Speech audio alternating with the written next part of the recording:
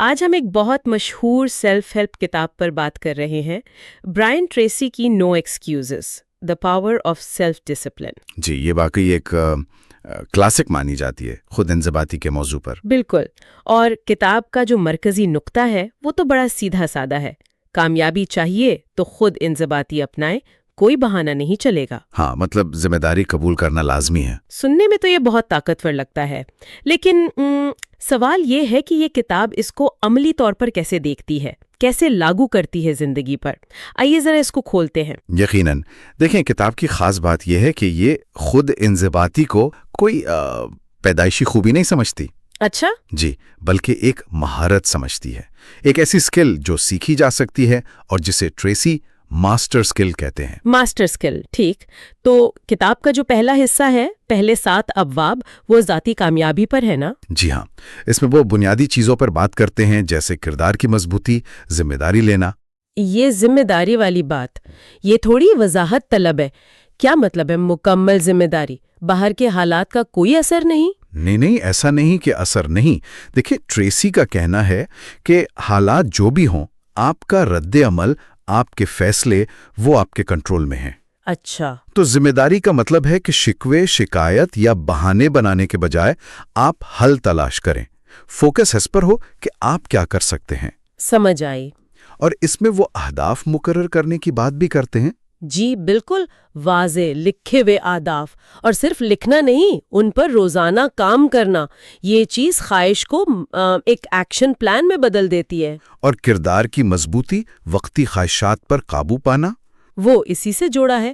جب آپ ذمہ دار ہوتے ہیں، آپ کے سامنے مقصد واضح ہوتا ہے، تو پھر چھوٹی موٹی خواہشات پر قابو پانا آسان ہو جاتا ہے۔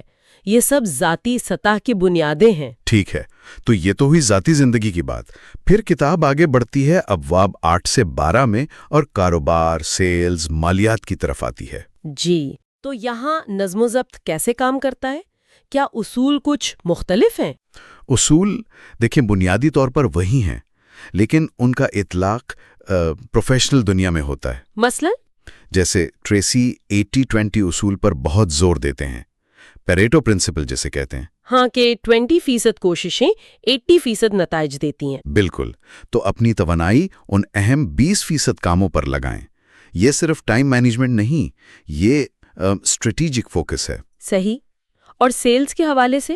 سیلز میں مستقل مزاجی، ریجیکشن کے خوف پر قابو پانا، روزانہ کی بنیاد پر کوشش جاری رکھنا، اور مالیات میں جیسے کم خرچ کرنا، زیادہ بچانا، قرض سے بچنا، پہلے خود کو ادائیگی کا اصول، یعنی بچت اور سرمایہ کاری پہلے۔ جی، یہ سب دراصل ذاتی نظم و ضبط کی مختلف شکلیں ہیں جو کام اور پیسے کے معاملات میں نظر آتی ہیں۔ تو گویا ذاتی عادتیں ہی پروفیشنل کامیابی کی بنیاد بنتی ہیں۔ اچھا، پھر آخری حصہ آتا ہے ابواب 13 سے 16، اچھی زندگی کے لیے نظم و ضبط۔ جی، یہ زیادہ ہولسٹک اپروچ ہے۔ اس میں صحت، رشتے، خوشی، یہ سب آ جاتا ہے۔ تو کیا یہاں بھی وہی سخت نو ایکسکیوز والا رویہ ہے؟ رویہ تو وہی ہے، لیکن شاید اس کا اظہار ذرا مختلف ہے۔ جیسے صحت ہے تو نظم و ضبط کا مطلب ہے کہ آپ جان بوجھ کر اچھی خوراک، ورزش اور آرام کا انتخاب کریں۔ بہانے نہ بنائیں کہ وقت نہیں یا مصروفیت ہے۔ بالکل۔ اسی طرح رشتوں میں نظم و ضبط کا مطلب ہے صبر کرنا، برداشت کرنا، عزت سے پیش آنا، تب بھی جب مشکل ہو۔ اور خوشی میں نظم و ضبط کیسے؟ ٹریسی کہتے ہیں کہ خوشی بھی ایک انتخاب ہے۔ اس کے لیے شکر گزاری کی عادت ڈالنا، مثبت سوچنا، لوگوں کو معاف کرنا، یہ چیزیں نظم و ضبط سے ہی آتی ہیں۔ مطلب آپ کو کوشش کر کے یہ رویے اپنانے ہوتے ہیں۔ واہ، یہ تو واقعی زندگی کے ہر پہلو کا احاطہ ہو گیا۔ تو اس سب کا نچوڑ کیا نکلا؟ کیا کتاب یہ کہہ رہی ہے کہ بس خود پہ قابو پالو تو سب ٹھیک ہو جائے گا؟ ایک طرح سے ہاں۔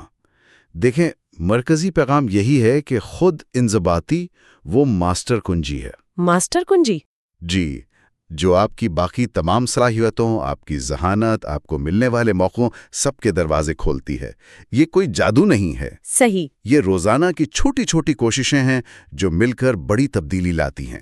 یہ آپ کو حالات کا غلام بننے کے بجائے اختیار واپس آپ کے ہاتھ میں دیتی ہے۔ تو نو ایکسکیوزز صرف ایک نعرہ نہیں، یہ ایک پورا فلسفہ ہے، ایک عملی طریقہ ہے۔ بالکل، ایک ایسی طاقت جسے سیکھا جا سکتا ہے، بہتر کیا جا سکتا ہے، اور اس کا اثر آپ کے کردار سے لے کر آپ کے بینک اکاؤنٹ اور ذہنی سکون تک ہر چیز پر پڑتا ہے۔ اور اہم بات یہ کہ شروعات کہیں سے بھی کی جا سکتی ہے۔ جی بالکل، مصنف یہی کہتے ہیں کہ ایک وقت میں ایک عادت پر توجہ دیں اور اس پر قائم رہیں، یہی کامیابی کا راستہ ہے۔ تو اس ساری گفتگو کے بعد ایک خیال ذہن میں آ رہا ہے، اگر آج ہم نے جن اصولوں پر بات کی ان میں سے صرف ایک کو بھی اپنا لیا جائے، مثلاً روز اپنے اہداف کو صرف دیکھ ہی لیا جائے یا صحت کے لیے ایک چھوٹا سا قدم اٹھا لیا جائے، تو صرف ایک ہفتے میں کیا فرق محسوس ہو سکتا ہے؟